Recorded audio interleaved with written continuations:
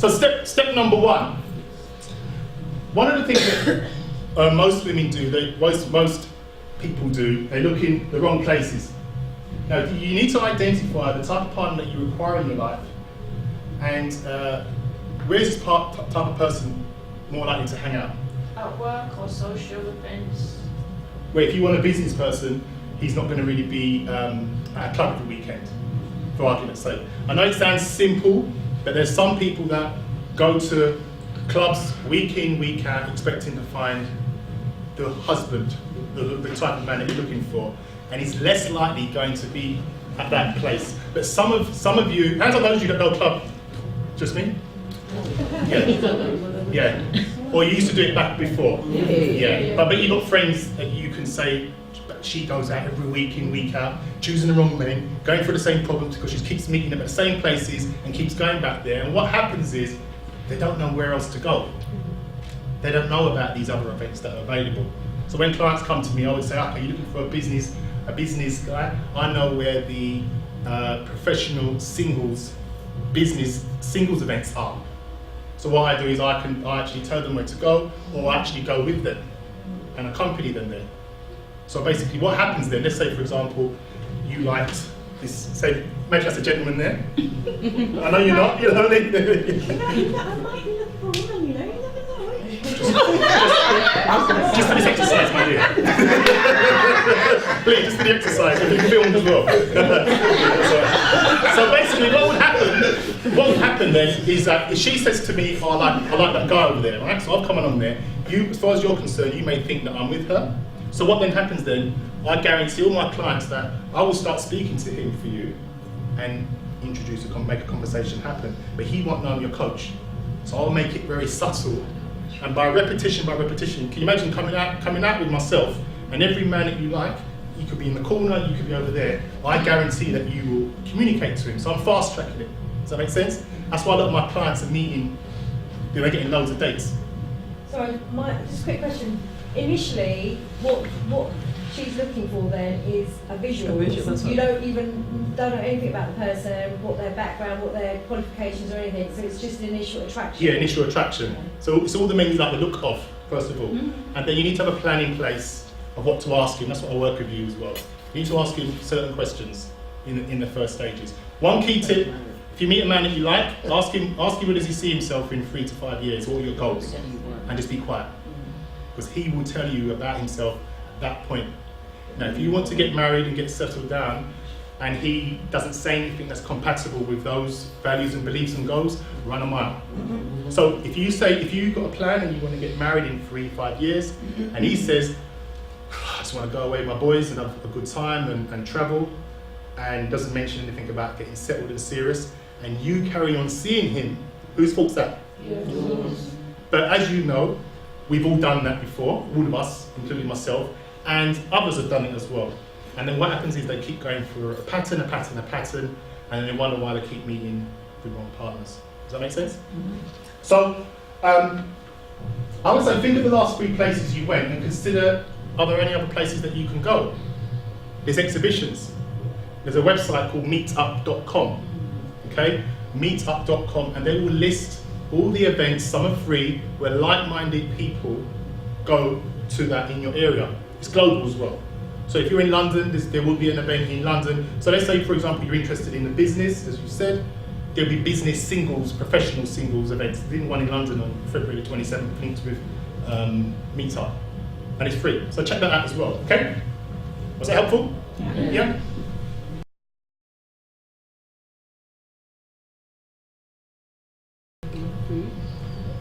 Listen to negative friends and allow them to influence you. This plays some of you laugh to say, oh God, how do you know that?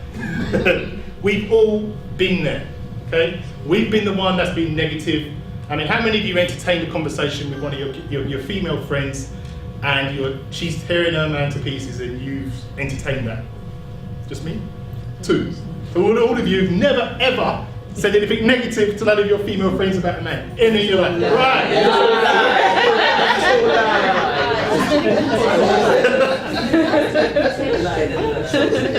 We've all been. I'm not saying if someone's saying something about the partner, you join in. In fact, I'd probably say, well, what have you done, you know? Well, you must be one in a million that will do that. But I think some people, I'll refer to women. Some women have female friends that, if they're in that place where they're just negative and don't want to heal, they feed off that friend's negativity. So they both feed off that. If that makes sense. And that doesn't have a positive impact on you because you're taking it around with you, and then when the right men come to meet you, they'll pick up on that vibe straight away. Clued up guys will pick up on that negativity. But if you're one of those ones which, well, this is what I was saying, take advice from those who are living the life that you want to live, or that are talking sensibly. And she's right. If a negative friend was coming to her and saying to her, oh, he did this and she hates him and all this kind of stuff, try and get her to look within herself. But what usually happens is, some of your friends, if they know you're going to say that, wouldn't come to you. They go to the one that's going to be telling her she's right. Does that make sense? Remember I said in the beginning, we want to be told that we're right. When I was going through crap, I had a certain friends I used to ring, I used to slate off my wife, and 2 hours on the phone, yeah, she did that, and he's slating her, and he's talking about his ex, and you feel really good about it. When you put down the phone, you're tired, knackered, especially before bed. You know, you do it before bed, before you go to sleep, you have a really rough sleep. So try and surround yourself with people that are more on a positive nature, if you can.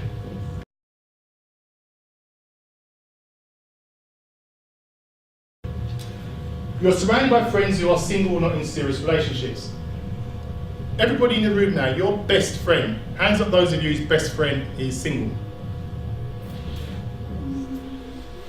Everyone's taking their time putting a hand up. Has anybody got any friends in here? So the majority of you, your best friend is single, yeah? Right. So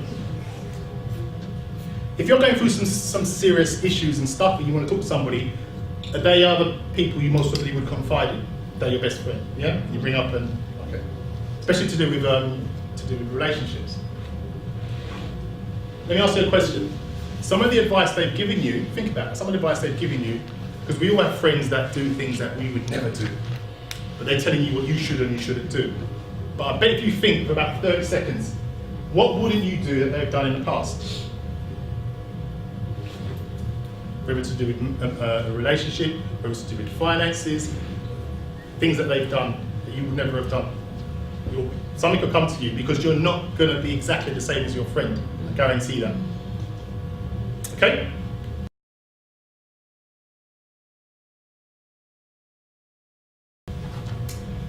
Potential partners do not approach you because of the vibe you send out. Has anybody said to you that you have a certain aura or vibe that you send out? Yeah. Is that negative or yeah? I won't say what she. Can I tell them what you said to me? Yeah, you can say it. What did you say again? I said, I'm single, I like being single, I'm independent, I don't need a man. Lovely. That was in the first minute of meeting him. Now, let's say, for example, she is lovely, but let's say I was interested in her. Would that draw me to want to? No. I'll be running so fast, I'll be pulling my hamstring. But the thing is, and also, I could have had a friend of me here that weekend, and she hasn't met him, but she likes him, and he's told me that. What do you think I'm going to say to him? Keep away. You see? So. But people don't often say what they actually mean. Yeah. I know that. It's a protection thing, isn't it? Yeah. Because deep down, I know that lovely lady wants a nice guy. You all want a nice guy. It's a bit like the guy saying I don't want to be married in 3 or 5 years, and within 5 minutes we're still married. So. But you only can go by what he said to you on the first instance, can't you? Yeah. You don't have time to sit there trying to figure out if he wants to, because you could be meeting men that want to do that with you. Does that make sense? Yeah? So, tick with that. I've upset you. You're leaving. That's it, Not enough. I'm going to complain. That's right. So, ask friends and family to be frank and communicate what vibe and energy you send out when you enter the room. Those people that are close, just ask them, you know, what vibe do I send out? Can I just ask a question? Yeah, sure. You're talking about taking personal responsibility. People know, if you take personal responsibility, you know what's right to send out because you are doing it to send it out. Yes, but some people are not aware of that. So what about the ones that are not aware of it? You say, you get what I'm saying, yeah? You understand? Yes. But believe me, a lot of people don't get that. Seriously. Am I right? Yes. Yes. Yeah. You're fine, you're clued up. I understand you get what I'm saying. But believe me, there's people that don't have a clue. There's people that keep making the same mistakes time and time and time again and don't have a clue. So what I'm saying is, if those people that are having that, ask people that are closest around them to give them feedback. And then they can say, do you know something? I wasn't even aware of that. Does that make sense? Yeah? Sometimes they hit Pardon? spots that sometimes the closest person to you in family know exactly what they're talking about and they hit the nail on the head and That's you right. still can't hear it. Oh, you don't want to hear it. You don't want Maybe to some hear of us don't want to ask because we don't want to hear the truth. But it's the only way you're going to grow, it's the only way you're going to learn about yourself. Remember I said at the beginning, you need to identify yourself and understand yourself, first of all. And once you understand you know exactly what you're going out there to look for. Does that make sense? Does that make sense? Yes. Thank you for the contribution, by the way. That's what I'm give it to more later. Yeah. Just go easy on me. That's my first one of the child. Don't worry, there should be gentle. Take time with me, man.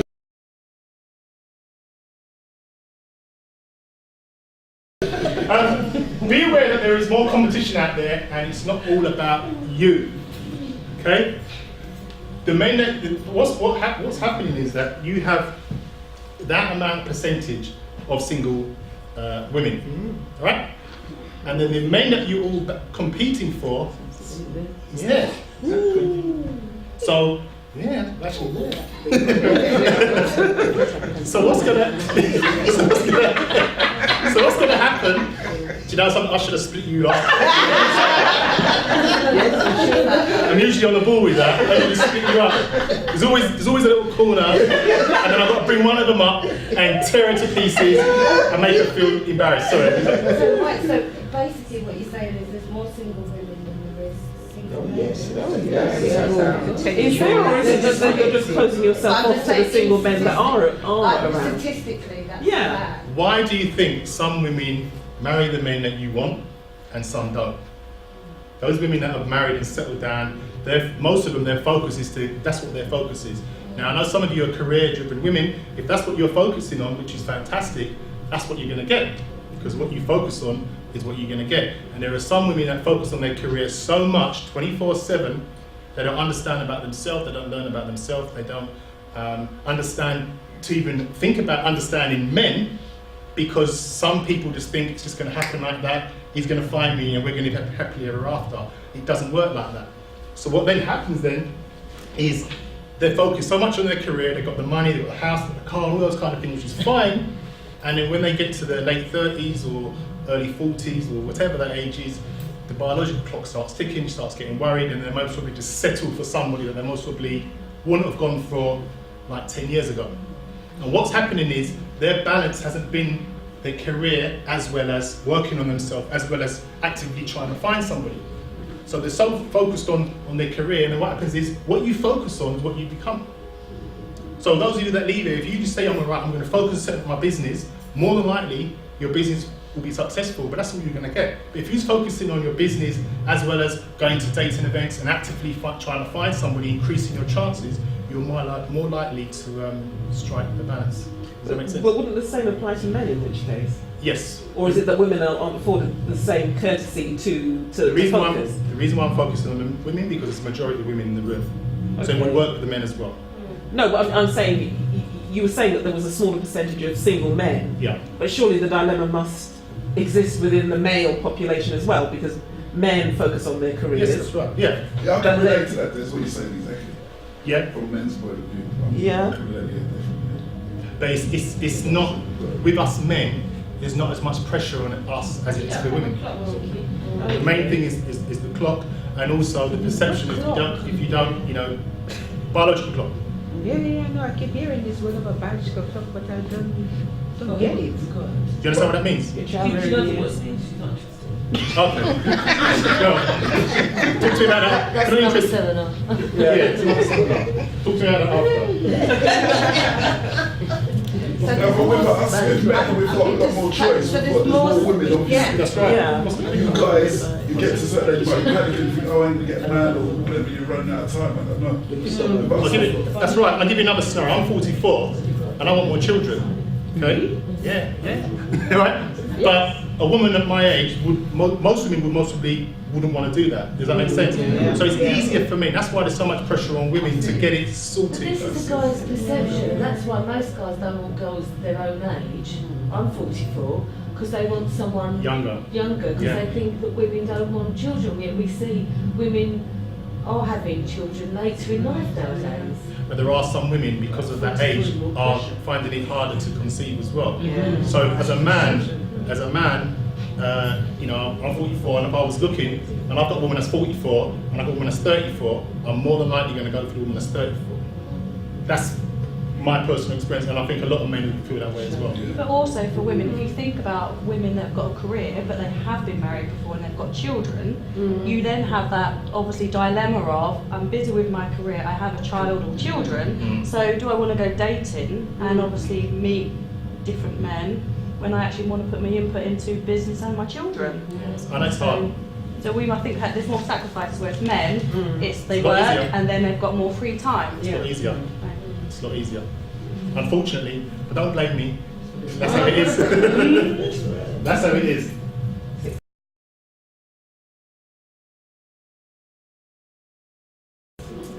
You need to be confident the right person for you does exist. How many of you now really feel that you're going to meet the right person? Really? If you choose to. You choose to? If you choose to be the right person. Right. So the rest of you are thinking, well, I may do, I may not. I'm giving up. I can't be asked. If it happens, it happens. So you're walking around there. If I meet someone, I meet someone. I don't. And then you're walking towards this guy that's thinking you're absolutely stunning. And what's the message you're sending to him? Not interested. Do you know how many attractive women us men see? And you're mostly sending out that vibe without even realising it, and you're not smiling. But everybody in the room just smile a minute. Now some of you are struggling. Right, how do you feel when you do that? If you smile, ladies, if you smile, the message that you're sending out to the guy is what? You're interested. You're interested. Thank you. I'm glad I got one guy in there. Believe me, if I'm coming. If I, and that's your last question, by the way. You've been receiving the credit. But on a serious note, right? If you see a man walking towards you and he's smiling, he's walking towards you, and you like him, are you more likely to want to communicate to him? Yeah. Right. If he's walking to you and he's looking angry and aggressive, are you really going to feel that you're going to want to speak to him? But what happens is, ladies, that you don't have any idea of the message you're sending out to men that you like. Some of you are sending out a message that you're if you see a guy that you like the look of, let's say you're shopping in a supermarket and he's walking towards you, and you like him, the first thing you're going to be thinking is, oh my God, is he going to speak to me? He's nice. All these negative things that you're telling yourself, oh, he's lovely, and all these kind of things, and you start getting nervous, don't you? Right? He could be married. All these, you're not going to be interested in me. Oh my God, is my hair nice? Have I got shoes on? Oh my God, I've got my curlers on, my scarf when it comes to get some milk. We'll be there. And then, what happens then, when you see him or he sees you, you're telling that message to him, go away. I'm not interested. I've got a lot of things going on. I see them walking around, and they've got things. They're thinking about things. Okay. And I'm not saying this is where some women get perceived of giving out an attitude, but they're thinking about things. He might be thinking about work. Oh, did I sort out the kids' clothes for school or whatever? And you're thinking of those things. And then this guy that's just adorable is walking towards you, but the message you're sending him is, don't even talk to me. But you don't realise that. You're not aware of it because you're just in that zone. If you was fully aware and started working on yourself a lot more, I get clients when they come out the shower, come out the bath, put on their makeup, they're telling themselves they're positive, they're happy, they love themselves on a continuous basis to the point where it's so automatic when they come out, they're sending out this radiant energy to draw men to speak to them. So I guarantee you start going out to that place and you see a man that you like, and you start, sorry, what's that? Don't be scared. Yeah, there's that as well. But you must think positively, especially when doubt creeps in. And you are in control of your thoughts, nobody else. As the lady who I've told her not to say anything for the rest of the evening. I'm only joking, by the way. But you have the control over your thoughts. And one of the things that I learned from coaching that was so profound, and I thought to myself, wow, was that I'm in full control of my thoughts. Nobody makes you think a certain way. If I poured water in your face like that, you choose how you want to react. Whether you want to curse me, swear, slap me, or you might just want to wipe it off and just walk out. But she has that choice. Does that make sense? Now that's easier said than done, as I know. But by working on yourself, continuous, when things happen to you, if you're aware, actually I'm in control of this, I'm going to choose to react this way, and you keep doing that on a daily basis, what happens then is when negative things kick in, you can manage it. Does that make sense?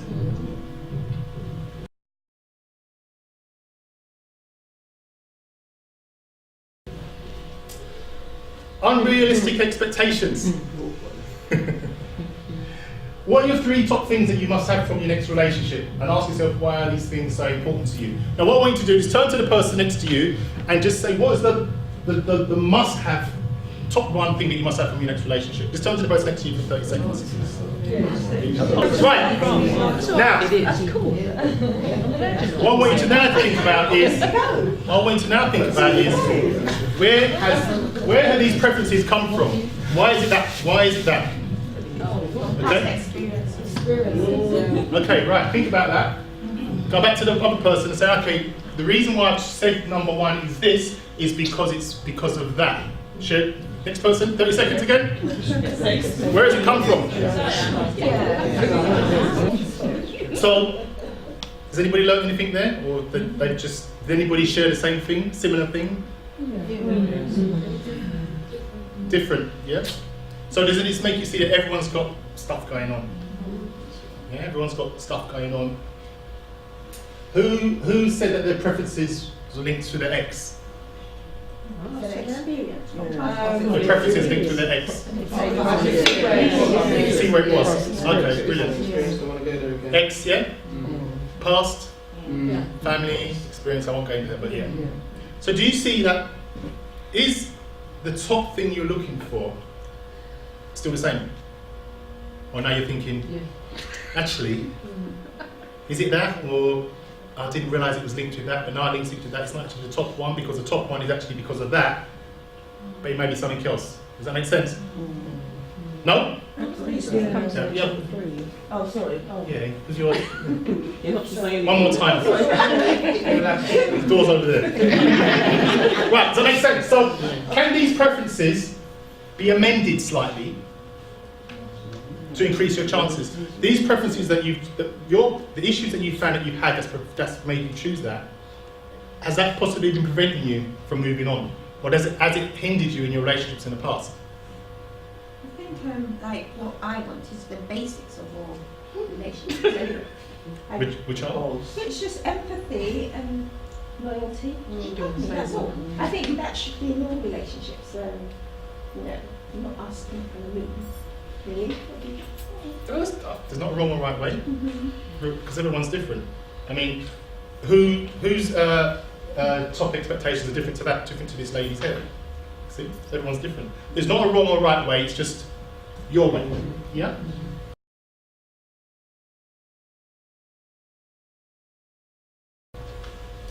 Personal development. What personal development have you undertaken over the last 12 months? What I mean by personal development, this is personal development here.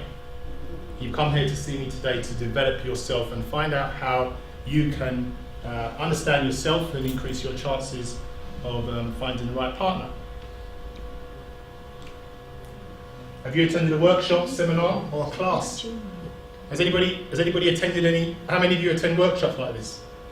Let me ask another question. Is this the first type of workshop you've been like this on dating before? Hands up, those of you, it's the first time. Right. But there is YouTube. Of course. And it's free. Yeah, absolutely. And you can watch it on your phone. That's right. And it's free. So there's no excuse. Is there an excuse? No, we can't ask questions. Yeah. But she's on her last legs now. That's it. No more. There's always one. Every night there's always one. And I've got a bag out there with some masking tape. That's cool. So, up until now, has it been useful to date, what I've been saying? Yeah? Thought-provoking, brilliant. So, please, try and attend some events in your area, even go on YouTube. I'm bringing out some YouTube clips, I'm going to elaborate on these. There's about 50 of them I want to bring out. And for yourself, just you should be surprised what you learn. I know there's a majority of women in here, but sometimes understanding men, and I know some of the things we do, you think, oh, why does he do that? Why does he keep doing that? And we're just setting our ways just like you're setting our ways. And sometimes if you just looked at it in a different way and just understand it, that's how we are. And I know sometimes when we get upset and we get annoyed with you, we disappear or we shut off. That's how our brain's wired. And I'll be honest with you, 10 times out of 10, we don't even know what's going on. Oh, please. Do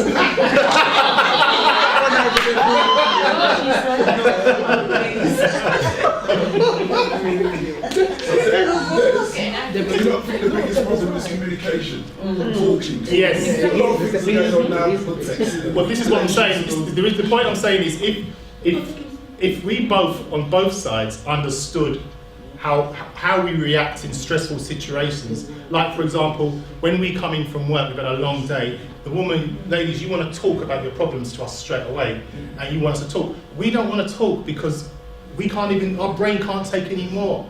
So what then happens then, we need that time to wind down, but you want to talk. So what then happens then is, you feel rejected, we get stressed, there's an argument over something that's got nothing linked to what the initial problem was. And then it escalates, especially on a Friday, the whole weekend's damaged because of that. Well, if he says to you, like as he rightly said, when I come in from work, if I'm stressed, just give me half an hour or whatever I need to do just to wind down. It may mean that he needs to have a shower or have something to eat, and then I can deal with you and the kids or whatever. If the woman needs to communicate to him, for example, if you're stressed, you need to communicate to him, look, when I'm stressed, I need to speak to you, because when I cannot communicate to you, I feel rejected. Don't blame him, there's a way of communicating it. That way, he doesn't want to know that you're feeling rejected, and then you can communicate how to manage that situation. Does that make sense? Just one thing like that, because when we're stressed, believe me, we need that time to go away and work it out, and then we come back. That's how we are. I do that all the time. But there are some guys who are just not good communicators. I know that there are women who are not good communicators either, but a lot of a lot of guys tend to take their sort of relationship behaviour from their parents. And if their parents were not great communicators, particularly their fathers, they in turn are not going to be good communicators. I mean, I've been out with guys who barely say 3 words. Yeah. And However, it's terrible. Back to what I said before, those men that you've been out with or you dated, she chose them. All right.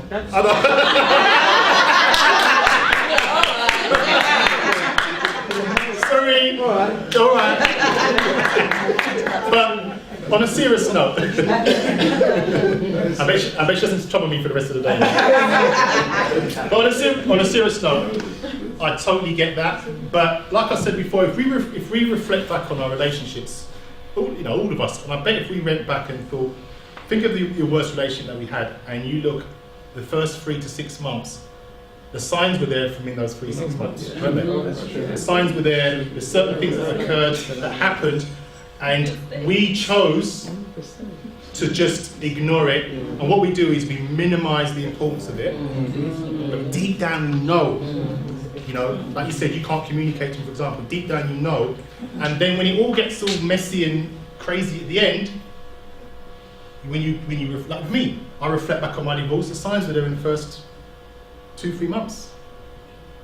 It just hits me now. Like sometimes even this morning, okay, yes, that happened, and we've all had that experience. When we come out of it and we reflect back, what was I doing with him or her? What did I? And I knew, and then once you understand the reasons why you entertained that, and you understand it, you can then move on and not make the same mistake again in the future. So yes, if you can establish in the early stages that this person cannot communicate to you, and that's one of the most important things, then move on. Because you can't, as my mum used to say, you can't be wrong and strong. That's right. And I'm talking about it.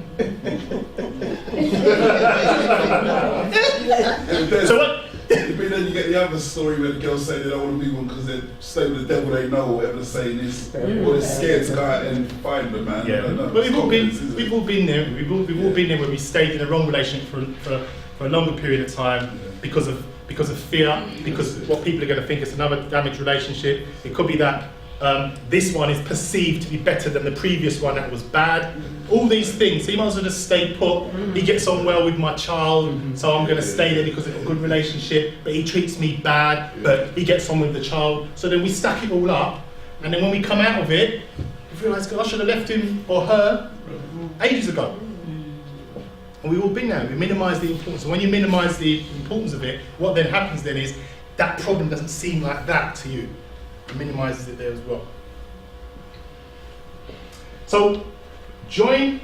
There's lots of dating experts out there, coaches. Just Google it. Join my take all the information on there. Please join my newsletter. I'm usually sending out free tips on videos, YouTubes, and stuff like that. Things that happen in your area. But surround yourself with like-minded, positive people as well.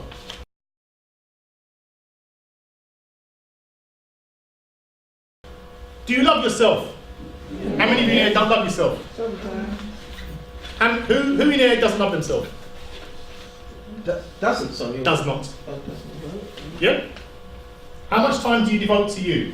This weekend you're working on your health and your fitness, which is absolutely fantastic, and finding out tips on how to find the right guy. The other women have chosen to do something else.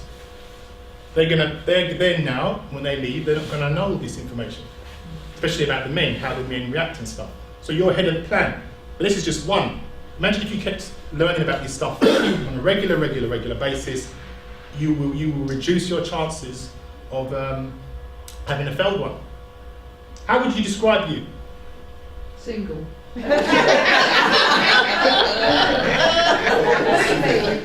I'll tell you what, turn to the person next to you and describe one word, positive word that would describe yourself. Now. Hot. Turn the AC down. Yes. It's a single word.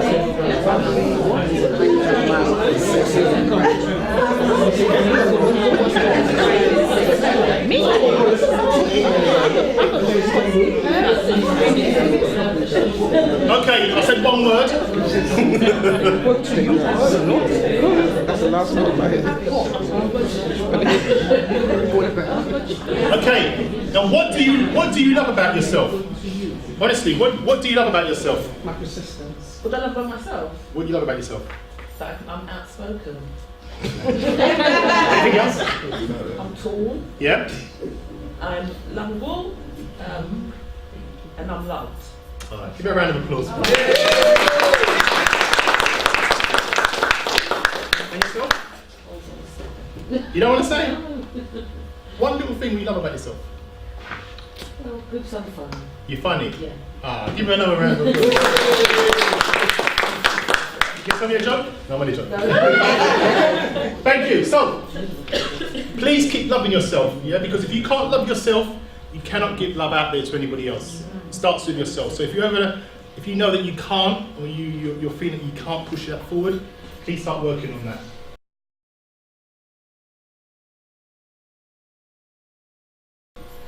Dealing with your issues. How many of you in here does not have any issues apart from me? Any issues? Any unresolved issues? Nothing at all? No? So everyone else has got some stuff going on. Yeah, because everyone's got issues. Exactly. Yeah. You're single. I don't have issues. So we all have some unresolved issues. We've all got some stuff. Even myself, I've got some stuff. I'm still, for example, my mum passed away in 2003, and I'm still dealing with that. So that is going to have an impact on my relationships. Does that make sense? So I'm working on Can I that. just say, I said I don't have any issues. I don't have major issues. Things, if there's an issue, you try and deal with it, or you try and work with it positively. And I think the person that I am, I'm very positive, and I try and turn it around so it doesn't become an issue. So, things like that. No unresolved issues. Yeah. Okay. But I think, like you say, even resolved issues will resurface, Yeah. can't they? They'll have Of course they will. another. Okay, of course they will. The nature of being a human being. That's right. One way you could find out if you have any issues, ask if I was to interview all your ex-partners, what they do. Yeah, but she's smiling. Look at her. This one is ain't got no issues. If I interview all your ex-partners and I say to them, what did you dislike about this lovely, positive, beautiful woman? Cooking. Whatever it is, right? That there will be a pattern there. More, even myself, there will be a pattern there. Okay, and when I actually, I'll tell you what. We're all out of time. Turn the person next to you and say to them, what one negative thing would your ex say about you? Yeah, it's usually struggle with this one. So what would he say he hated about you? Your ex. And please be honest.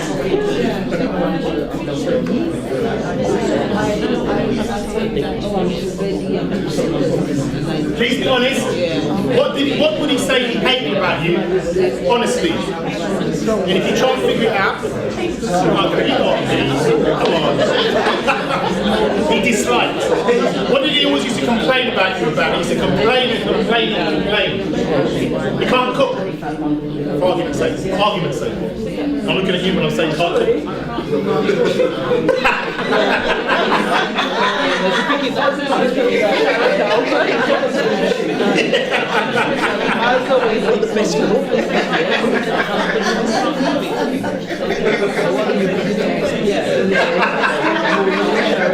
It's all good.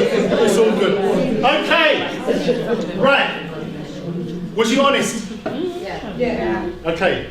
Who wants to share what you would say? Anybody? Yeah, I feel like I'm always busy. He said always busy on the go. Thank you. Anyone else? Organised. Commitment phobia. Commitment phobia. Yeah. Was that what you mean? You're afraid to commit? Yeah. Do you know why that is? You haven't got to share it. I don't know. No, I don't know. Okay.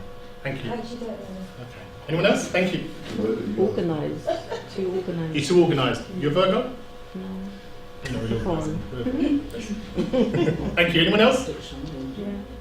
I always get them too fiery. You're too fiery. Aries? No, Sagittarius. I just throw in the star signs. Oh, do you really believe I that? think I'm just trying to create some entertainment here. I'm only joking. I'm only creating But Des, I think in our discussion, it's about whether or not we choose to accept What the person has said. So you've chosen not to. Of course. They weren't right. But what did they say? What would you think they would say? Oh, we know what they say. Do you understand the question? Yeah. What did they say then? What do you think they would say? My partner would say that I was controlling. No way. Yeah.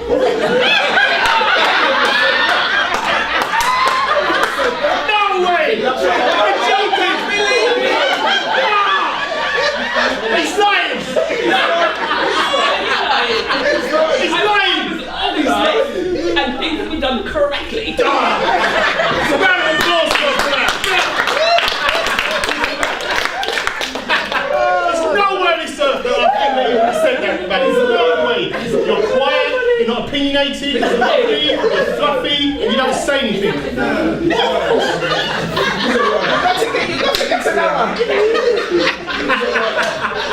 Anybody else? Yes, sorry, go on. Now mine was, what was it? What kind of... Along the similar lines, actually. Remember I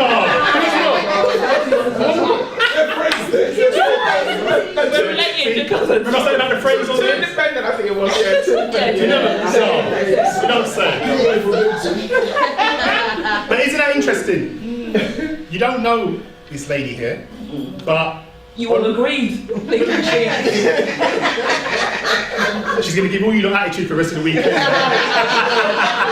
Get off my mat! Okay, right. So Was that interesting? Just to do that exercise and share it, and because if you're not aware of that, then you're just going to be carrying on and carrying on. And some of you are going to think, and you're not going to say anything. Oh my God, I didn't think about that. And every time I do the exercise with the exes, everybody, no one's ever done that before, and then it makes them think, actually, you know something. Apart from those two over there. So that's good. Thank you.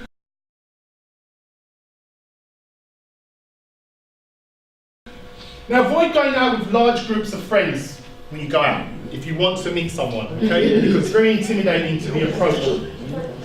So some of you, if I'm making reference to the ladies, I know ladies, you go out in groups of 5, 6, 7, and you're over there in a corner and expect the guy over there that you like, he can hardly see you, to come, go past your friends and say hello to you. And getting rejected is horrible. Horrible. Thank you. If he's a real man. He's a real man. He's his army gear on. That's right. Hand grenade for your friends' backs.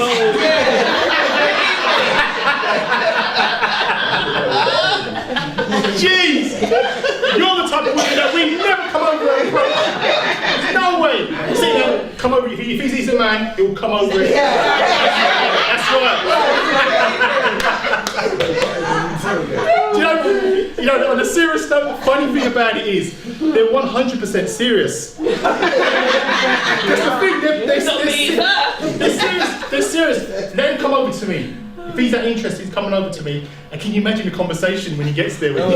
Imagine like he's gone over there and he's like, I've gone over there because two of them's gone to the toilet. So now there's only 7, not 9. So I can go and approach her, and then can you imagine what you say to him when he gets there? Yeah. We might be going for one of our friends, and they're the ones that are going to be saying, who are you? Yeah, that's right. That's right. All of a sudden, her friend's dragging her to the toilet, to the ladies at that moment in time. And when they're going there, they don't be doing anything. I know. But seriously, when you're in large groups, the guys are less likely to come and approach you. Less likely. Cowards. There's a few more over here. There's a few more over here.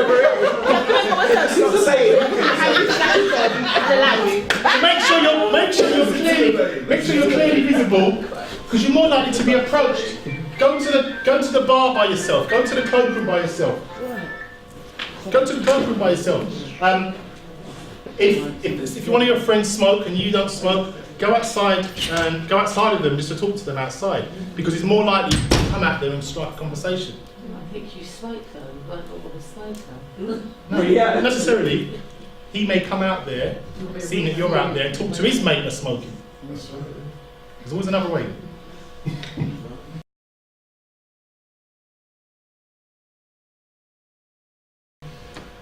Right, so you discreetly interview screening, right? Now when you're going out on a date, so wrapping up very quickly, now when you're going out on a date, do you have a plan in place?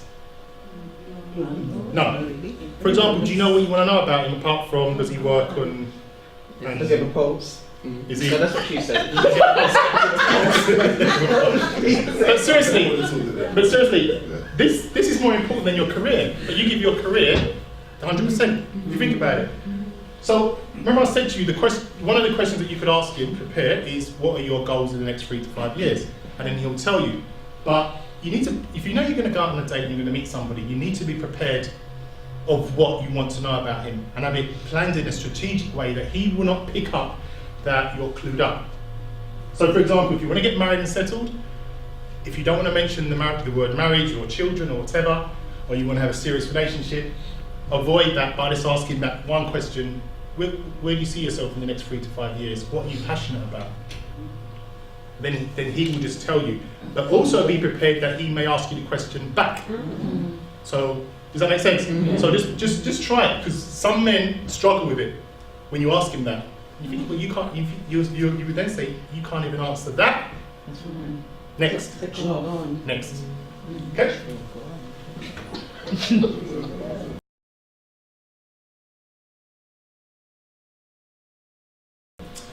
If you have any positive thoughts and affirmations, now how many of you talk to yourself? Yeah? Regular. Regular. You said regular, you? This one, no, don't keep it on me. So what happens then is, are you telling yourself negative thoughts or positive thoughts? Try and work on the positive. If something that's negative, try and switch it. Ask yourself empowering questions like, what is good about this? How else could I look at this? Is it really as bad as it sounds? What's positive about it? Where does this come from? How can I make this?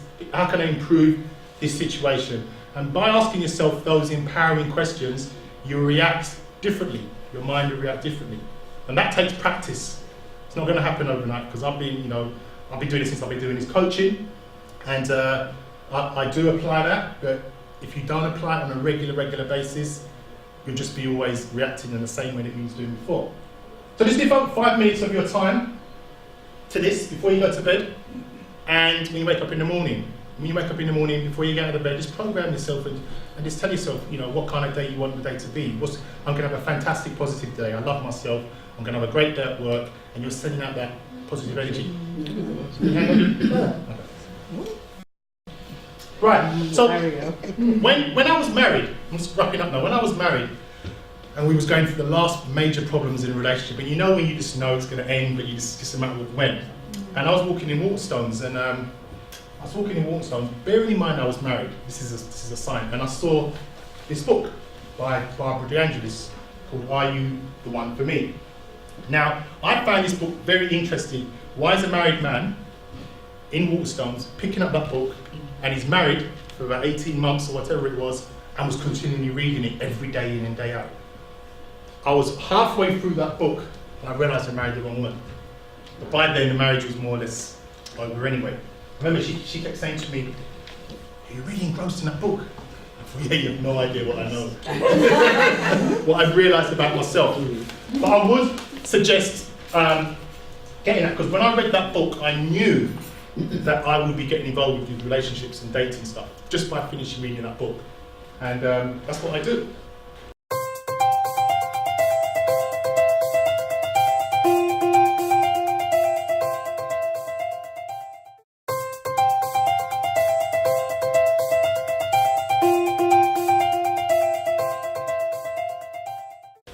Right, thank you. Thank you for coming along. Just before I start, how many of you are single? Okay, and the rest of you in relationships, yeah? I always ask, when I ask that question, there's always a... don't know what it means, that. So I just want to just gauge the room. Right, so before I start, can everybody just stand up, please? I know you've got a bad... Right, now, I know that you've come in here, the reason why you've come in here today, I've just did a singles event at 2 o'clock. But there's a reason why you've come in here today.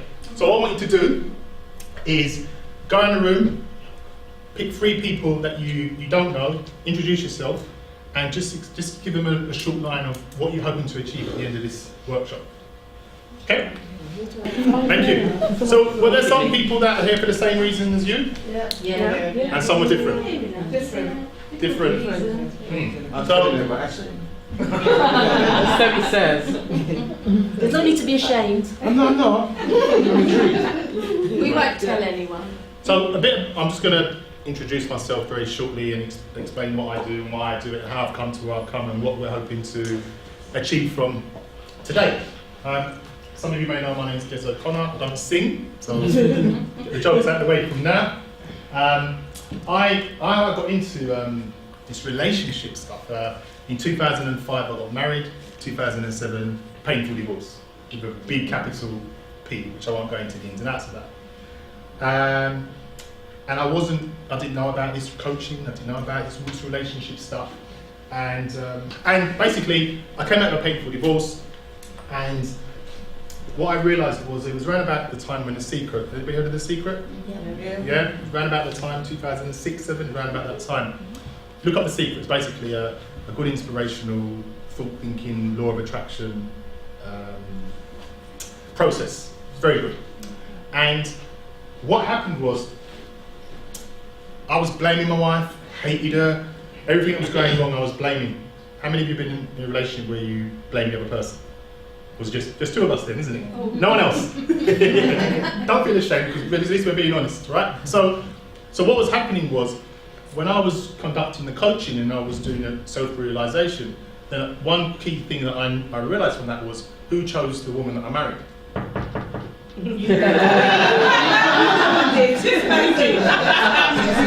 think I'll need this door open.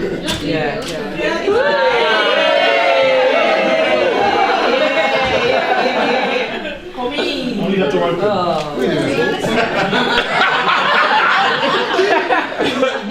He needs to be up front. So let's start again. So basically, I got married in 2005, 2007. Very, very painful divorce. I won't go into ins and outs of it. It will be in my book and everything that's coming out. And you're right, when I started really, working on myself with the personal development coaching, I was getting therapy. And one of the things that I realised was that, like I said, who chose her? Who chose to stay in a relationship when I was feeling disrespected? It was me. And the minute I accepted that, I was able to let go of a lot of the anger. Because I was able to let go of a lot of the anger, I was able to create more opportunities for myself, in relation to the business side, as in relation to relationships as well. Does that make sense? Because some of us carry anger with us, consciously and subconsciously, and that prevents us from moving forward. And sometimes some of us are afraid to work on ourselves and deal with any unresolved issues that we had. So to cut a long story short, I was working on myself. So when I realised about all this coaching stuff, I was realising, wow, like, there's a lot of people out there, especially like I did an event at 2 o'clock. The majority of the room wasn't even aware of certain things, which I'm going to share with you now. And one of the things that I realised was that from the coaching is that we have a choice on how we choose to think, believe it or not. We've all said, oh, he made me react like that. She made me react like that. But who has the choice? You. And once I realised that, nobody could upset me anymore. Nobody could try and manipulate me, because I have a choice of how I choose to react. And that took a while, because I needed to keep working on myself. It wasn't just overnight I decided, oh, that's how my life's going to be. So what I realised was a lot of people were coming to me, had issues, couldn't find the right partner, mainly women I've been working with, but I do work with some men. And then I realised, wow, these people are not aware of these coaching tips and techniques. And sometimes when you've got things going on, sometimes you just need someone to talk to, especially the ladies. Ladies like to talk. The men are more ego-driven and want to deal with it in their own little way. But the women, sometimes they just want to be heard and just need someone to speak to, just to hear how they're feeling. Ladies, am I wrong or right? Right. So but then again, see, what men don't realise is we don't understand that. Because when men are stressed, we react the opposite way. We detach ourselves from you, and we go away and we want to deal with our problems in our own little way. And what then happens, then it becomes a problem, because then the woman wants to speak, she then feels rejected, and then the man feels that you're stressing him out, because sometimes when we're stressed, we don't even know what's going on. But we need that time to go away, figure it all out, and then we come back and everything's fluffy. By then the woman wants to kill us. So that's how all these things I realised, and I was finding women the right men in their life. And one of the key things I usually ask them is, on a scale of 0 to 10, how much effort have you really been giving yourself to finding that right partner? And it's usually about 1 or 2. You are in control of your life, whether it's your career, your business, what you want to choose to do, and what you give it is what you're going to get out of it. Does that make sense? So when I realised that I had this knack of helping people, I created this wedding. And this woman came to me, she had about 5 sessions with me, telephone and combination of face-to-face. And all I did is just tweak it a little bit how she was, her perception of men. She didn't like men because of her past experiences, and once I showed her how to change her outlook in life, he proposed to her, they got married last year, and I was the only one allowed to make a speech at the wedding. Now, that was one of my goals, one of my main goals, wanting to have a wedding, but then I've created several since then as well. So where did I take that from there? So what I decided to do was write a book. I'm bringing out a book on June the 20th for single women called I Can Find You the Right Man,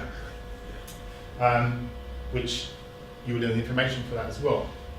So what I'm going to focus on for this session, the last session was more for singles, but this is more for couples and as well as singles as well, because you're going to learn a lot from this, is why we choose the wrong partner. Now, someone could just shout out, why do you think you choose the wrong partner, without looking at the screen? Why do you think you choose the wrong partner? I think a lot of people are attracted to people just by the way they look. By attracting looks? Yeah, physically. Physically. Yeah, I get a lot of that. Anyone else?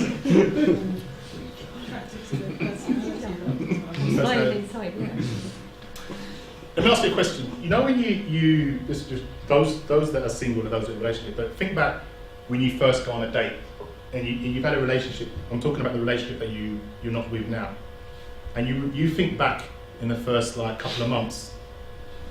Were the signs there from those first few months, that you should have walked? Yes. Yeah.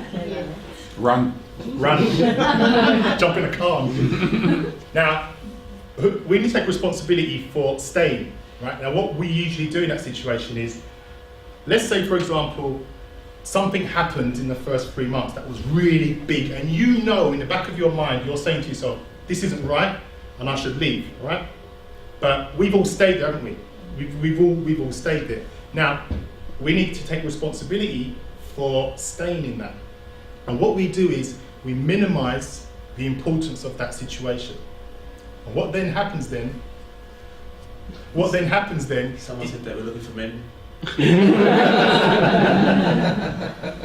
Nothing important going on, no recording going on there, by the way. Thank you. Where was I? Warning signs, sorry, thank you. And you have the warning signs. So what then, if we minimise it, then again it doesn't come important to us anymore. But it's because we minimised it. But we know that's a problem. And as you know, those things come back and bite us. And we don't want it to be at the end. So what needs to happen is ask yourself, why am I allowing that to happen? Like, for example, myself, I stayed in a marriage that I shouldn't have done the duration it was, even though it was that long. But I needed to choose that, and sometimes we stay in it for the wrong reasons. Children, finances, maybe the person that wasn't right for you had a great relationship with the child, but then they wasn't treating you right. So what do you do? Especially for the women. Women are more in a vulnerable position than the guys, because we can just get up and go. The woman is looking for a father figure for that child, and if there's other things that's going on, but if he's a good father to her child, then she's more probably going to tolerate other things that she most probably wouldn't have done. It's only when it all goes pear-shaped and it all goes crumbled, reflect back and think I should have went when that incident happened. Does that make sense?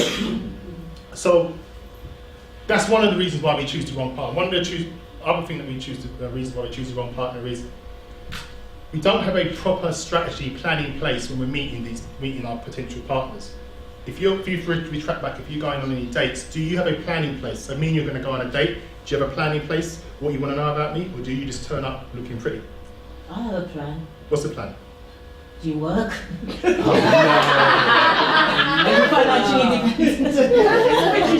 not really a plan, is it?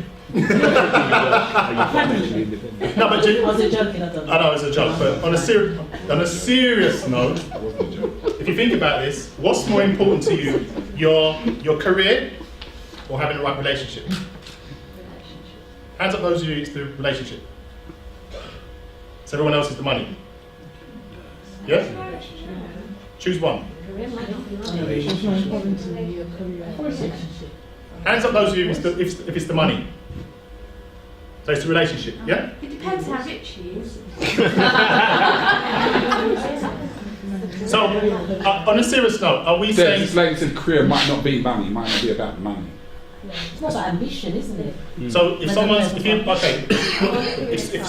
can provide you financial security, or you can have the right relationship, meaning you're fulfilled and happy in a happy, fulfilled relationship, which one is more important to you?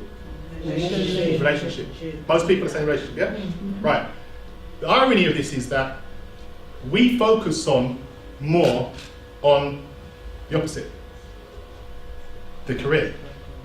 How many of you have been to any relationship events read a relationship book, been to any dating events. One person, anyone else?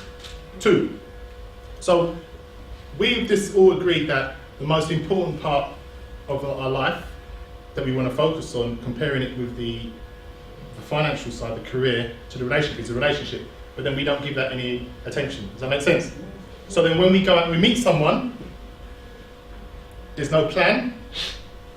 But if you compare it to when you're going for a job, you prepare for the job, you know what salary you want, you know the location, you want to ask what questions you want about the perks. I know it sounds crazy, but we never apply that when we're going out on a date. And what I say to people is, you need to know what you're looking for when you're meeting your partner. You need to have a plan in place, and it needs to be compatible with your goals, your values, and your beliefs. But what a lot of us do is we just turn up and expect it all to fall into place. And then what then happens then, it becomes a problem, an ongoing annoying. So what needs to happen is, you need to know what questions to ask the partner to prevent you meeting the wrong one. Now, one of the questions that you could ask, and I always say to everybody all the time, is, what are your goals in the next 3 to 5 years? Don't mention marriage. Don't mention working. Don't mention about that you want more kids, especially the ladies, because some men will, if they want that, they may run a mile, because you may be perceived to be a bit needy in those early stages. But if you ask him, where do you see yourself in 3 to 5 years? What are your goals in the next 3 to 5 years? If he wants to get married and settled and have the family like maybe you do, I'm assuming you do, then he's told you from the off. Does that make sense? Because he's told you. Then that way, you know, okay, we've got something in common here. But if he's saying to you, I want to, or the partner is saying to you, I just want to travel, have some fun, and enjoy my life in that way, and you want the opposite, and you carry on that relationship, who's at fault? Does that make sense? Yeah? But we've all been there, we've all done it, and a lot of other people do that. So that's one of the things that prevents us and hinders us from finding the right partner. Unaware of the levels of compatibility, and unaware of each other's core values and the emotional state when we meet as well.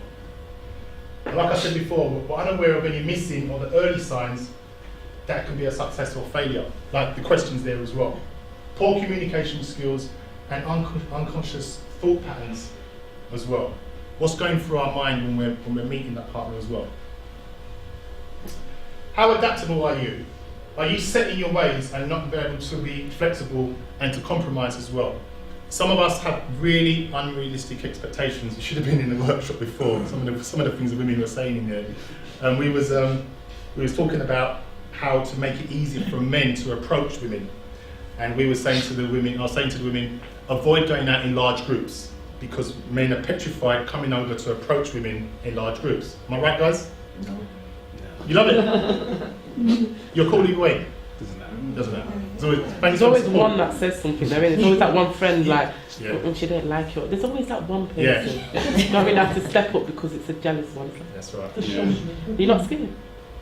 Oh. But most guys, I've got a friend who's like that. most guys, he's a confident guy, which is very good, but most guys are not that confident to do that. It's not so much the fear of going to talk to a girl, it's the fear of rejection. Yeah. That's what it is. It's that bright light. When you walk over there and there's a group of girls over there, and then suddenly someone says no, it's that long walk back. It's a long walk back. Everybody in the pub's gone and looking at you walking. That's a very long Or you go up and ask a girl to a dance, but there's a way of her to say no. But when she goes, everybody knows you've asked, because you could say you're just asking her for the time or some sort of conversation. But when she says no, and it's a slow record playing, everybody knows what's happened there. And that's a long walk back. Especially if your friends. Put yourself in that position anyway. I wouldn't put myself in that position. Yeah, but a lot of guys have been there. Yeah. I just wouldn't do that. Give them the smart one. So, where does this come from? Certain things that's been holding you back. And if you could compromise and not be so specific in what you were asking for, then you would create more opportunities for you. For example, what's the number one quality is a must that you must have in a relationship? So let's say, for example, you was out, those of you that are single, those of you that are in relationships, pretend that you're single for now, and you're going out. What is the number one top quality that comes to your mind when I say that? Can you just turn to the person next to you and just share that with them for 30 seconds? Number one quality. Number one, what's the must? Must he be working? Must he be working? Must he have children? Must he be honest? Must he have money? Which one is it?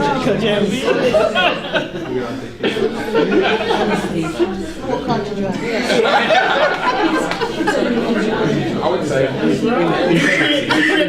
Communicate.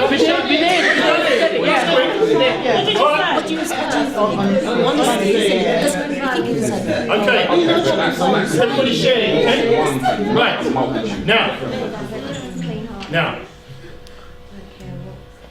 Next question is, why is it that one? Why is that one so important to you? Don't say anything here, just think about that. Because that's come from somewhere. You haven't just picked up, you haven't just read a book. That has come from somewhere. Why is that number one so important to you? Oh, think about that. Past experiences, you did this before then. Right, now turn to the person and explain why it is that one then. Why do you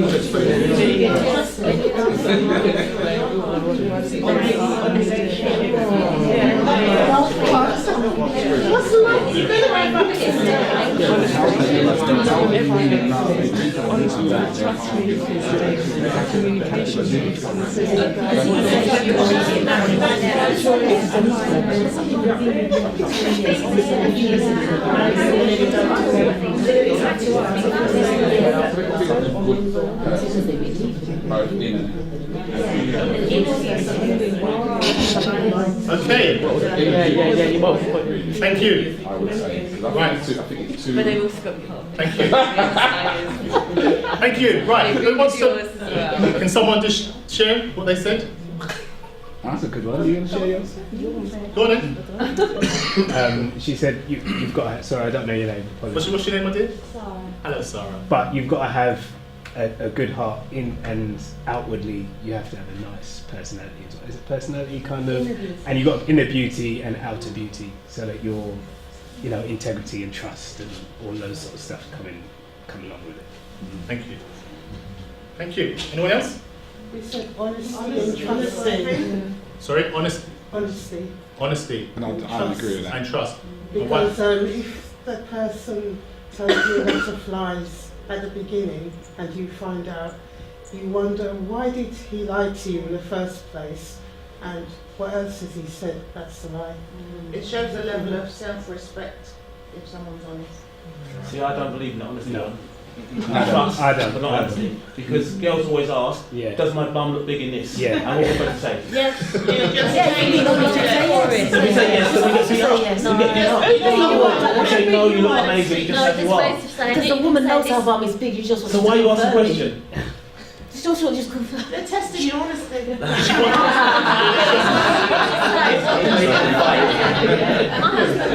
Because she wants her man to tell her that she looks wonderful in it. But why put the question to him in that way?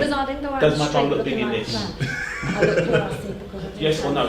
It's like. And then you give her a. It depends though. Not honesty. It depends. Because if I say to my husband, does this look good? And he turns around and says no, and I go, well, why not? And he'll basically say, well, blah, blah, blah. All right, fine, so we'll change it. It does not bother me. Yeah, but we understand. We want to get out the door. So we don't care. We just want to go. He'll tell you, no. So no. Blatant like that. But why did you get it in the first place? What do you mean by that? What have you got in the first place? It depends. It might not even be a dress. I don't make dresses. It might just be a pair of trousers or something. I've just had a baby, so I'll say to him, does this look good? And he'll go, actually, no. Go and put something else on. It doesn't bother me. Because no, because I've just had a baby, so no. Yeah. Do you know what I mean? But it doesn't hurt me. It's just like, I might think it looks good, but in his eyes, like, nah, Jesus, no. Thank But you. that doesn't hurt me, but I think that's because we... Thank you. Maybe. Anyone else? Thank you. Everyone. Anyone else? Have we done the trust one? Have we? The trust one? I think trust is the most important one. Yeah, true. I think at this stage of life, if you meet somebody, you kind of instantly, you know to yourself if that person going to fit around your circle, whereby that person will fit around your family and friends, and that's quite important. That's important to you, yeah? Thank you. Cool. Anyone else? Haven't got anything from you two then? He said honesty as well. Honesty. The people that have said honesty, there's a lot of people in the room that said honesty.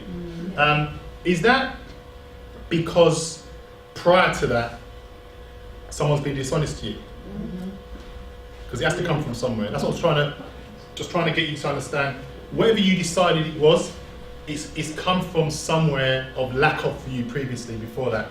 So someone's been dishonest, most likely been dishonest to you prior to that. Does that make sense? Yeah? Not necessarily. So what? So yeah, but what I'm trying to establish is why is it honesty? Why there's associations linked with that. So what are those links? I mean, you haven't got to explain it to me, but if you're saying honesty, it's come from some lack of honesty in the past. If that's your number one. Could it not be from the past, from like your parents as well? Whatever it Getting is. it from there? Yeah, it could be appearance, it could be, I mean, I'm not going to go deep into but I know what you mean. but we go off on a tangent. But I guarantee you, if you think about, if it's honesty, it's come from something that's been dishonest, or someone's not done something for you that said they were going to do, and now you carry that on to your relationships where you're thinking, if I'm dating anybody, they must be honest with me because of X.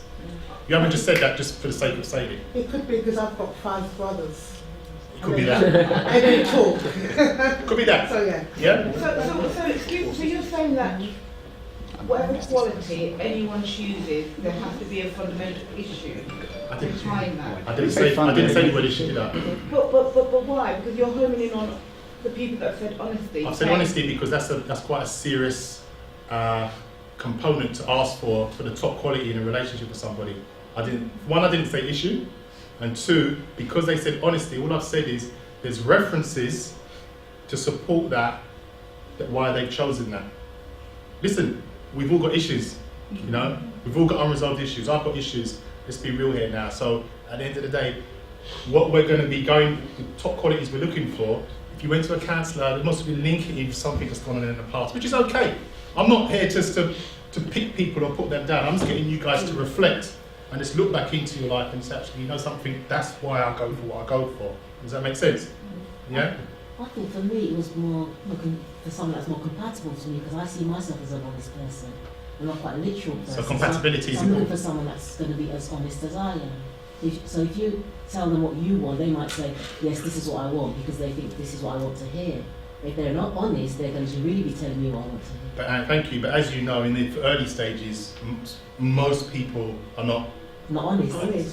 Because we want to impress, and we want to tell you what you want to hear in the beginning, and then when you find out who they really are, it's up to you to accept or not accept that.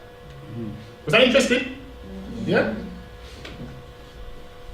So this is what we covered. So why is it important to you?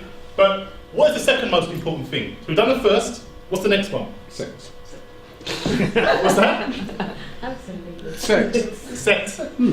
S-E-T. S-E-X. Sorry. He's playing tennis. Sorry. Right. Anyone else? Sex? I was going to say sex. Sex. Anyone else? Secondary, yeah. I don't think it's secondary. It's a very Sex close. is It's a very sex close is- first. It's not a relationship sex, is it? If you want What is it? Can she cook? When you've been in a long marriage without it, you know. I think it's compromise. Compromise. Okay. I think Compromise. This is the dishonesty coming out now. Yeah. Yeah. This is it. I'll just that's nonsense. I'm sorry. So what's the second one? Right, you got the first one you said. Alright, the second one, think about it, turn to the person next to you and share that with them as well. 30 seconds. First one has to be second. Second one, right, because you know the first one, there was one underneath that second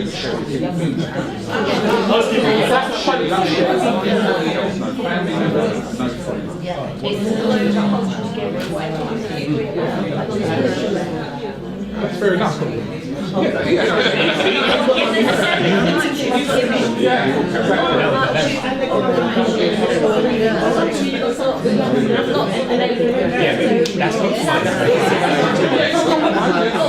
It's interesting when you think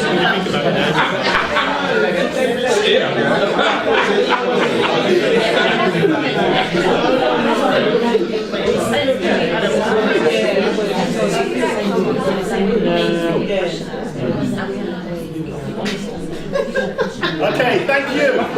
Right, so that's the second one. Who wants to share the second one now? You've done that. Thank you. Anyone else? Openness. Openness. Thank you. Like just to be, if a man's completely vulnerable and open. No, not vulnerable, but willing to engage, to sit and have a conversation without sitting next to you all the time. When you have your family, engage with them. That sort of thing. Yeah. Okay, thank you. Anyone else? Ask her about the sex one. You said sex. What? You said sex. Yeah. Elaborate. Discuss. Sex is an important part we're all family of here. relationship. Sex is an important part, you say? Yeah. It is. Yeah. It is. It is. How can you gain that intimacy without sex? Exactly. You don't have sex, make love. Let's call it with just Yeah, anybody. not just sex, but There's a difference. you do make love and you gain Absolutely. And that you kind of intimacy. carry You that can't outside have the bedroom as well. Listen, and as men, because you Yeah. can't have the same intimacy No. with your brothers, your sisters. Well, Some what's no one else about? can bring you closer. I understand. Thank you. And no, let's just to elaborate on that, because my girl at the front there is really. What's your name? Sorry. Which one? I'm talking to you. Yeah, She's ignoring me. I know. Can you turn around, please? Don't put it out. He's talking to you. Turn around, please. Daisy, come on. We're having an Hey, this open must be real conversation. here. We're adults here. Adults here. We're adults because Not school. you're very strong. Your opinion's very strong about sex not being that important. No, I never said it wasn't that important. I didn't. Well, we're saying it's second, so I'm saying it's Yes, important, and you're saying it's not. I never said it's not important. No, never. Okay, what did you say? So what are you saying then? Yeah. Yeah, sex. Yeah, that the physical relationship is important. Also important to me is a spiritual belief. If you believe in Right. God or All right. This is what I'm going to tap into here. Amen. As guys, we can have sex with a woman and not feel anything. I'm sure women can as well, but it's more associated to men. But when you're making love to somebody and you're having that spiritual connection, because that's what it is, because once you've finished, and that bit's gone, that feeling's gone, and you want to be connected to that person still, just lie there and just whatever it is, that's the difference. And that's why I'm saying sex is important, because you can't have that feeling with anybody else. Your family, your friends, you can't have that. You can have sex with your friends, but you can't make love to your friends. Well done, Paul. Thank you, James. Nice. Yeah, a little round of applause. Paul Francis in the back of the room, everybody. Thank you. Anyone else? I was going to say that anyway. Took the words out of your mouth. I agree with what she said. Sorry, I forgot your name, Daisy. I agree with what she said about Stacey. sorry.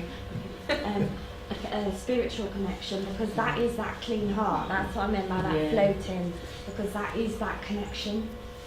That I think that's spiritual. Yeah. Thank you. Was that interesting? Yeah. And nobody feel uncomfortable? I noticed you two are quiet. Three? Do you want to share? No. I need you guys to know.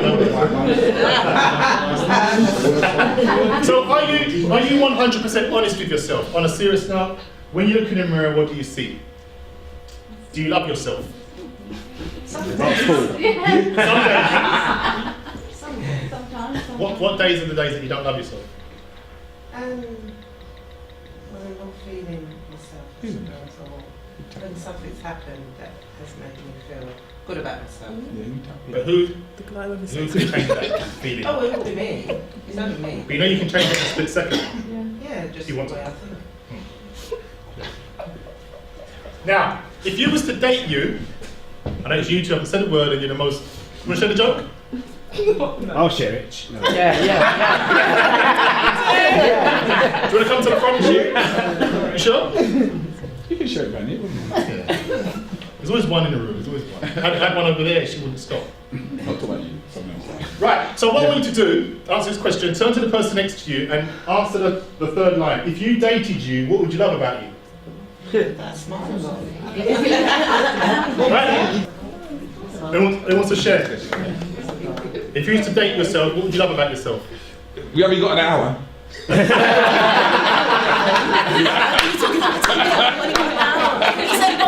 One. Come here. Right, what? The best thing about me? Yeah. The best thing about me is my family. We turn around for now. Doesn't see if you're lying. Is my family and my friends. The people that are around me that I've taken 47 years to sculpture to know who is behind me, who has my back. Brilliant. Thank you. Anyone else? My playfulness. Your playfulness. Of yourself or?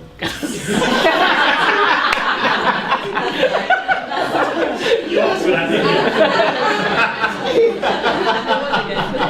In that case, I love you too. She walked right into that one. Thank you. Anyone else? Didn't you say everything? You was joking. What would you know about yourself? I would say I'm quite straightforward, and so I will tell you what I think. Just kind of be. So everybody knows where they are with you all the time. Exactly. Yeah. Thank you. Anyone else? I'd say thoughtfulness. Thoughtfulness. Yeah. In the sense of like my children that I've got around me, because they're not all mine. Like my godchildren that I've got with me, they're not mine. Just the way I'm thoughtful and help other friends and. Brilliant. People. Thank you. Like, yeah. And yourself? Caring, probably. Caring. Yeah. Good. And thoughtfulness as well, probably, as a combination. Cool. Me? When I was 30, I got rid of the rubbish out of my life. When I was 40, I got more rubbish. Now at 50 something, and a little bit. I'm quite comfortable, so I'm a people's person, love people. Yeah. Cool. Thank you. I love you, Jack. My dear? We're born on the same day, me and Jack. Yeah, we share the same birthdays. Different year, of course. No, you look younger. Thank you, Babe, that's all right. I should have turned around and looked at you. It's about that now. It's enough of that. You're creating a relationship I know. here. Jeez, what happens? And yourself, my dear? What would you love about you? Sense of humour, probably. Sense of humour. Thank you.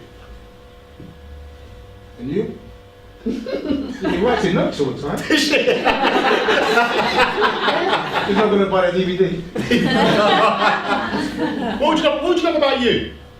A lot of things. I'll just pick one as sense of adventure.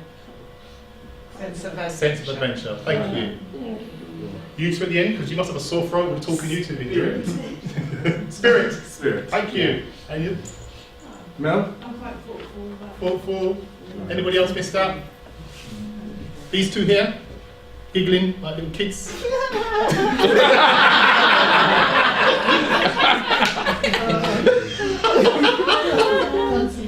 Sense of humour, obviously. I think I'm a pretty nice person. I should be. I think so too. Friendly. Yeah. Oh, Thank you. Anyone else? That's it. Right. Okay. Thank you. Me? Yeah. Do you love yourself? Yeah.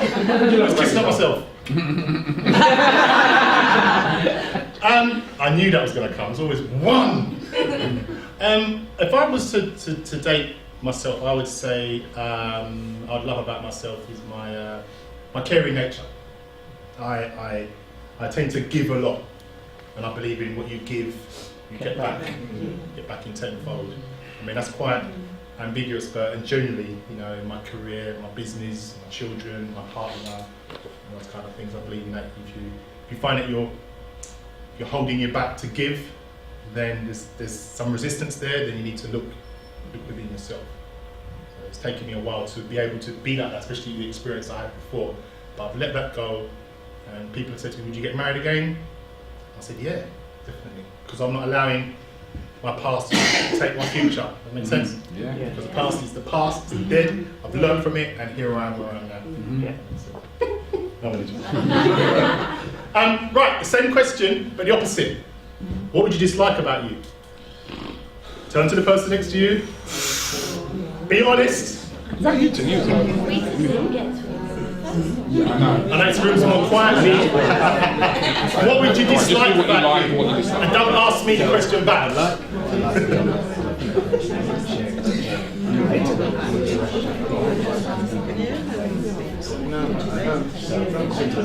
Because I'm not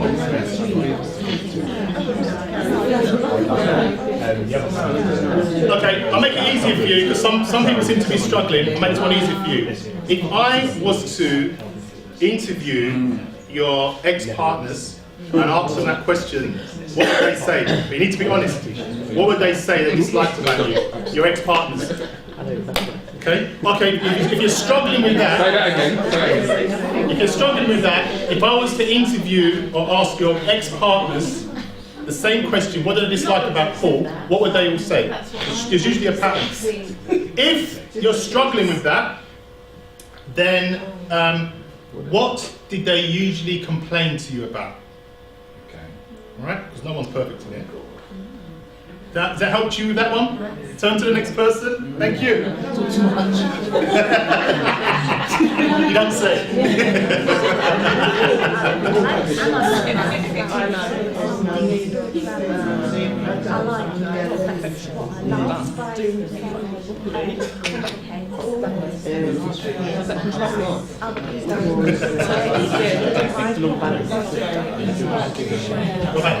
What's your one?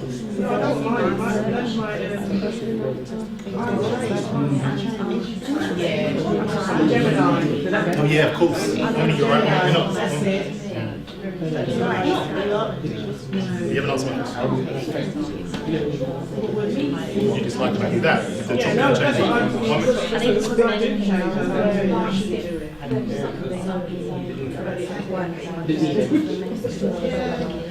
Okay, thank you. Thank you. Right, who wants to share? If you was to date, it's tricky this one because if he was to date you, what would you dislike about you, Paul? Damn. I've been struggling.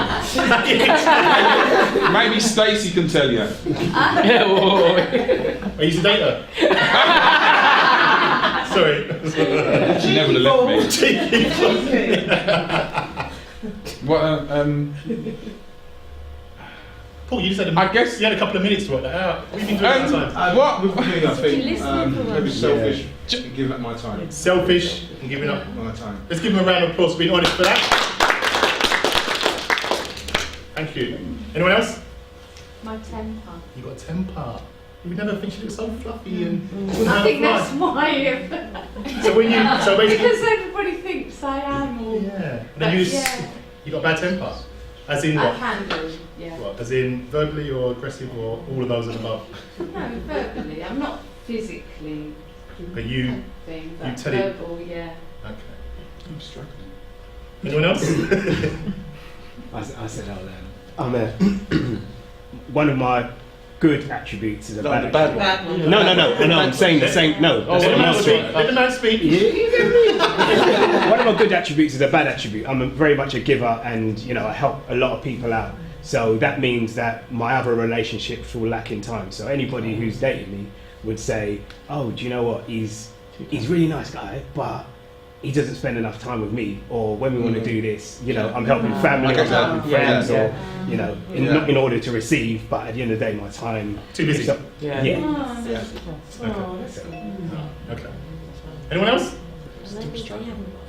Why are you pointing at me? No, not. We'd probably say kind of selfishness because of the background I come from. I didn't really care what I said, or it was just like, yeah, whatever. And So your mouth got you in trouble? yeah, it was, yeah. Were you vocal? Pardon? Vocal? No, it's just, You said how it is? yeah. I didn't. Venom with it? Huh? Is some venom behind it? No. No venom. Just coming from a really good background, so I didn't really need the help or the support or the finance. So it's like I really didn't need you there. So thank you. Anyone else? Business. So, thank you. Anyone else? You two? I asked this and I gave the answer. High expectations. High expectations. Yeah. I like things done in a certain way. That's how I want it done. If you're going to do it, that's how you need to do it. No compromise. No. OCD. And yourself? Yeah, probably similar. Similar? Yeah. Thank you. Anyone else? Seriously annoying. You can be seriously annoying. There, yeah, even to myself.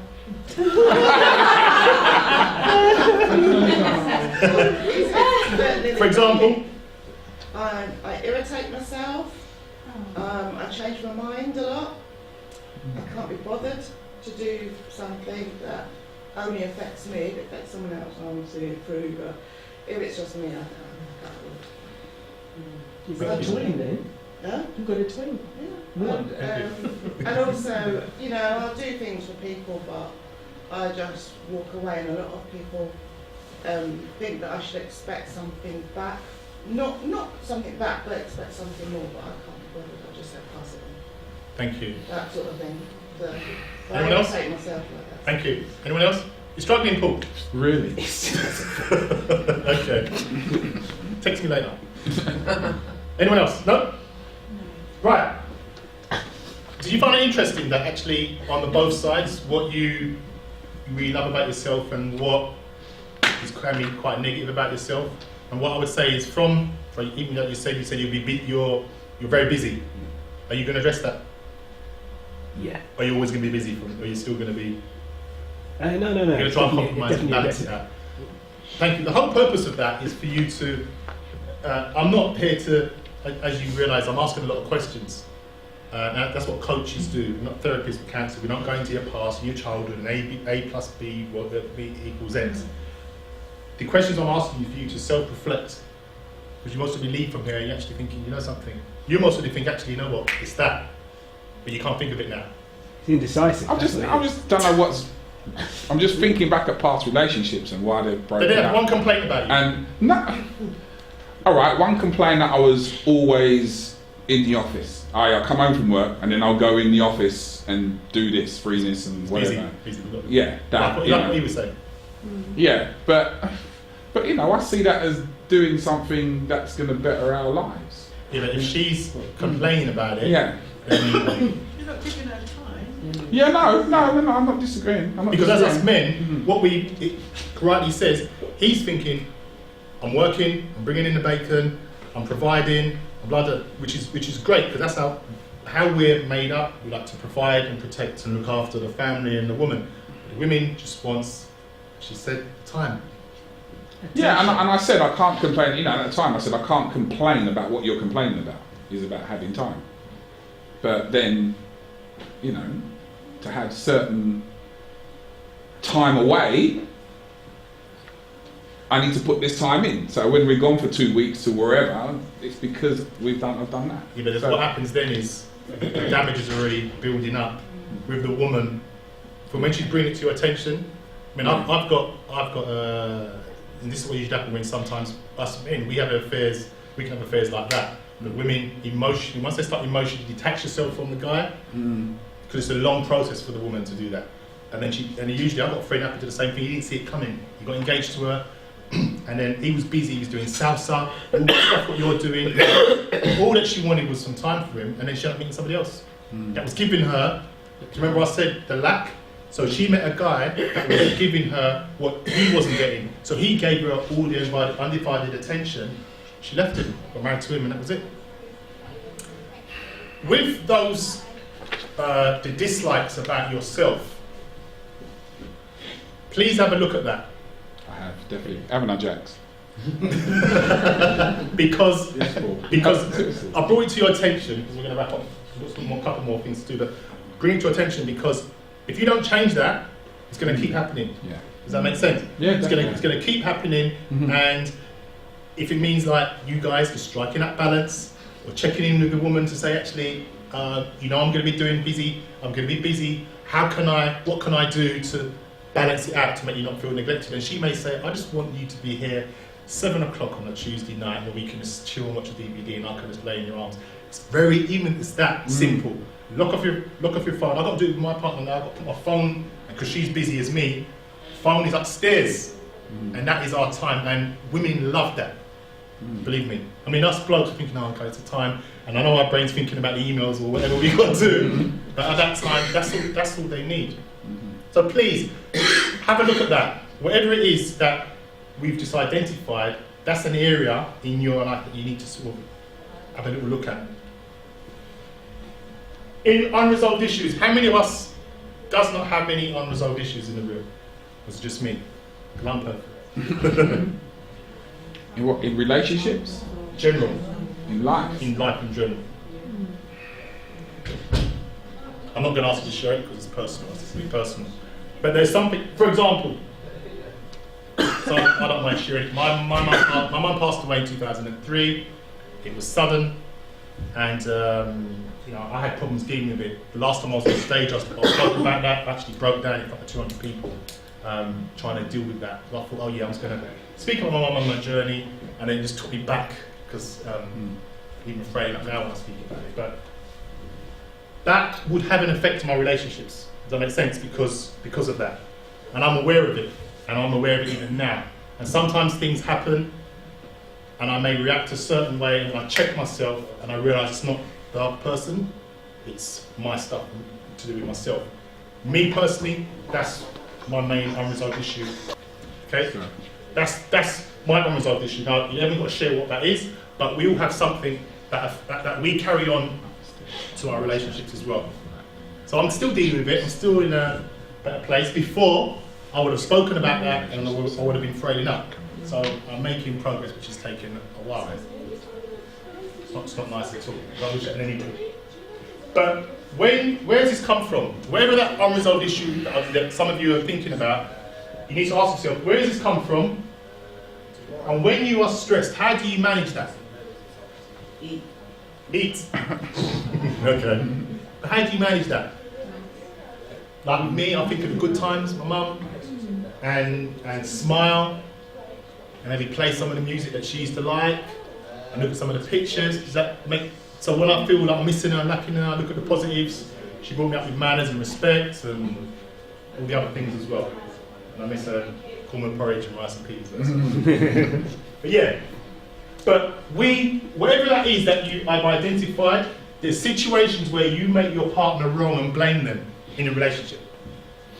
It's going to happen. You're going to blame them, and then what then happens then, when you've calmed down and you've looked, if you went to a counsellor or whatever, it's never usually what they do. It's something they've done that's triggered something in with you. Does that make sense? I won't go into it too deep because I know some people may have some bigger issues than others. More me time. Chill and relax and focus on how you want your life to be. Read books that are important and empowering to you. I'd strongly recommend understanding the opposite sex, why they react how they react, and stop making them wrong. Who knows what the #1 complaint women have about men? He doesn't listen. You've been reading. Been reading. You've been reading, very good. He doesn't listen. When women, your brain capacity is larger than men's, okay? That's how it is. When you can talk a lot more words than we can take on. So there comes a point when you're continually talking and talking and talking to us when we switch off. Okay? Now, it doesn't mean we don't love you.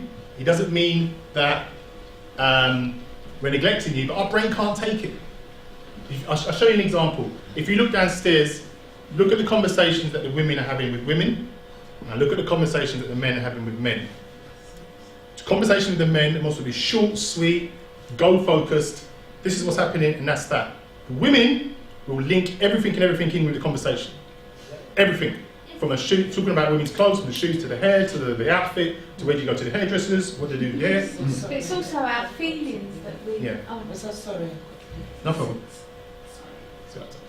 But we bring our feelings Feelings, in how yeah. them shoes might make us feel. That's right. So then you elaborate, but we're very simple.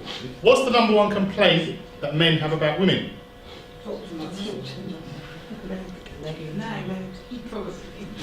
Anyone else?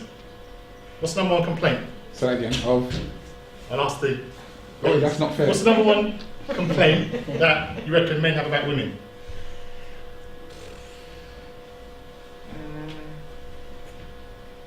Oh, too much affection, maybe. Really? They want too much affection. Anyone else? I think it's reversed. I think not enough affection. The number one complaint is that they want to change the man. Yeah. They want to mould him into the man that she wants him to be, but he is him, Yeah. and he ain't budging. Yeah. That's how he is. When you met him, that's how he was. If he leaves a towel on the bed wet, that's always going to be doing that. If he leaves a toilet seat up, put it down. Exactly. That's how we are. It's just a toilet seat. But why can't you put it down? Yeah, it's not there. Why can't you put it up? Let down. As you're here, I'll go for one of the questions that we said. If you was to date yourself, what would you dislike about yourself? Everything. And some of us want to go and have some dinner and Nothing. Nothing. No, I think I'm a perfect date. On that note, I'm going. On that note. Wait, come back there, you. Right. Swiftly moving on. Right. So be grateful for the good things around you before you go to bed as well. Okay? It's all about positive uplifting and being in that environment. Understand the opposite sex. Assess how your partner copes when they are stressed with their job, like in general, interaction with children, family, friends and children. There it is. Men complain about women want to change them. Women, men do not listen. What's it like when you're both stressed? That's right. And do you know how differently how men and women cope with stress? Women need to speak about it. Men don't want to speak about it. We need to go away, take time out, we deal with it in our own little way, and then we'll come back. We're less likely to bring up a male. I'm going to fill into your class. Thank you very much. Thank you very much. Thank you for your contribution. And they're less likely to ring up a male friend, and say how he's feeling. Less likely. Mostly deal with it in our own little way, unless we really feel that we need to. Women will do the opposite. They ring up their girlfriends and talk for hours about the situation. So that's what happens in the relationship. What happens then is the woman wants to talk to the man, and the man doesn't really want to talk, and then it becomes a problem. You must get to know you and ask at least 5 truthful men and women what positive and negative traits that you have. We covered sort of the dislikes and likes, but if you really want to know, ask your friends about that. Be prepared to be shocked and upset. Don't take it personally, it's just their opinion of you. And even if their replies are about you, don't take it personally, and learn from their comments and be honest with yourself. They might have a point. You know, they might have a point. They may say, oh, the aura you send out is negative, you're always busy, you're always opinionated, you always think you're right. And you may not think that because you always think you're right.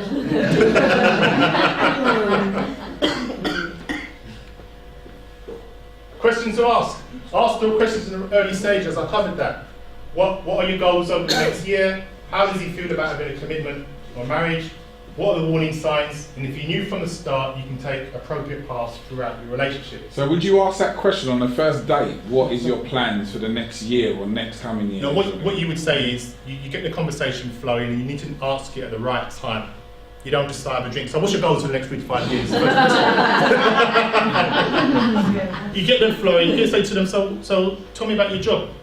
Oh, well, especially women, keep asking the man about what he likes to do, what he's passionate about. So if he says, oh, for example, Paul, ask him about, what do you do? Oh, I do all these kind of things. Oh, how does it make you feel? Why are you passionate about it? What do you love about it? He will talk all day about that, because it's about him and what he wants to do. Then, you could follow on and say, the woman could say, that's really, really interesting, that's really good. So where do you see yourself in 3 to 5 years? Do you see how that follows on to the previous question? Trap. It's smart, because what then happens then is, if she wants to marry you, and she's asked you that question, and her plan is children, marriage, or whatever, move or emigrate, whatever it is, and you've answered her the opposite of that, just like how us men put women in boxes, she'll put you in that box and say, actually, there's no point because we're so far apart. If a man wants children, if a man doesn't want children and she wants children, how can you can't move on from there. So that makes sense. So that's how you can answer that. What do you want? Decide on exactly what you want. Write down all you want from your next relationship, and have you divided 100% on your efforts of finding the person? If not, why not? The ones that are single, this one's thinking, could you do more? Honestly, if you're single and you're sitting there, it's got nothing to do with the men that are out there. I guarantee you, the ones that are single, it's supposed to be giving yourself 1 or 2% out of 10 to try and find it. Reflect on your past relationships. Do you know how your exes are feeling about you breaking up with them? Review. How do you feel about the breakups? It's all about you. What have you learned so far? And what are you going to do differently from now on? Signs are always there, but we choose not to see them. Like we said it before about the problems in the beginning. You don't want to damage what's good, and you don't want to be alone again, especially when you're tired of searching as well. And are you happy? Hands up those of you that you say you're above 80% happy. So the rest are cool. So if this was a workshop, I'd get you to write down 30 things that make you happy, and write down one thing that you're going to do that works towards your happiness, which we don't have any time for that. So, as I'm wrapping up now, this book changed my life. I was halfway through my marriage, and I walked into Waterstones, and this book was on a shelf, and I went and picked it up. Now, bearing in mind, I was married. Now, is that a sign in itself? Are you the one for me? And I'm picking up that book, and I read it, and it was the best book I read in my life. If you're single or you're in a relationship, if you thought this stuff was like thought-provoking, you get that book, it makes you just look at yourself a lot more deeper. And what I realised was, you know when you're reading a book, every spare moment of time you've got, you're reading it, even in the toilet. I have to go. Okay, my dear. This is what happens to you. Put it on video when you come to free lessons. Thank you. Alright. So then I read that book, and then I realised when I read that book, I realised that I was in the wrong relationship.